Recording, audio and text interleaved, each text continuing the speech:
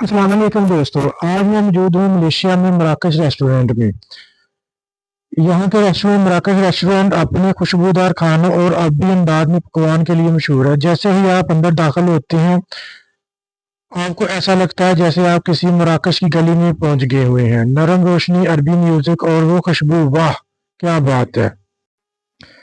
ये अरबी स्टाइल में मटन मंडी राइस के साथ साथ बड़े बड़े गोश्त के पीस, ऊपर से हरी मिर्चें और वो तेज खुशबू चावलों के दो अलग जायके, एक हल्का सा स्पाइसी और दूसरा अरबी मसालों के साथ।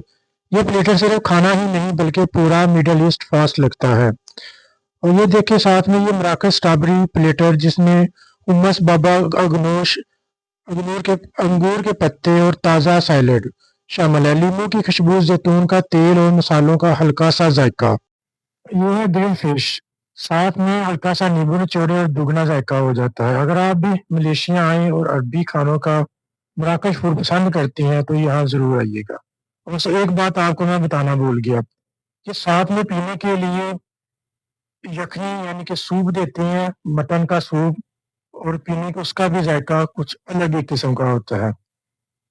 और आखिर में फिर मैं आपको कहूँगा, अगर आप लोग भी मलेशिया आए तो मराकश रेस्टोरेंट का रुख ज़रूर कीजिएगा।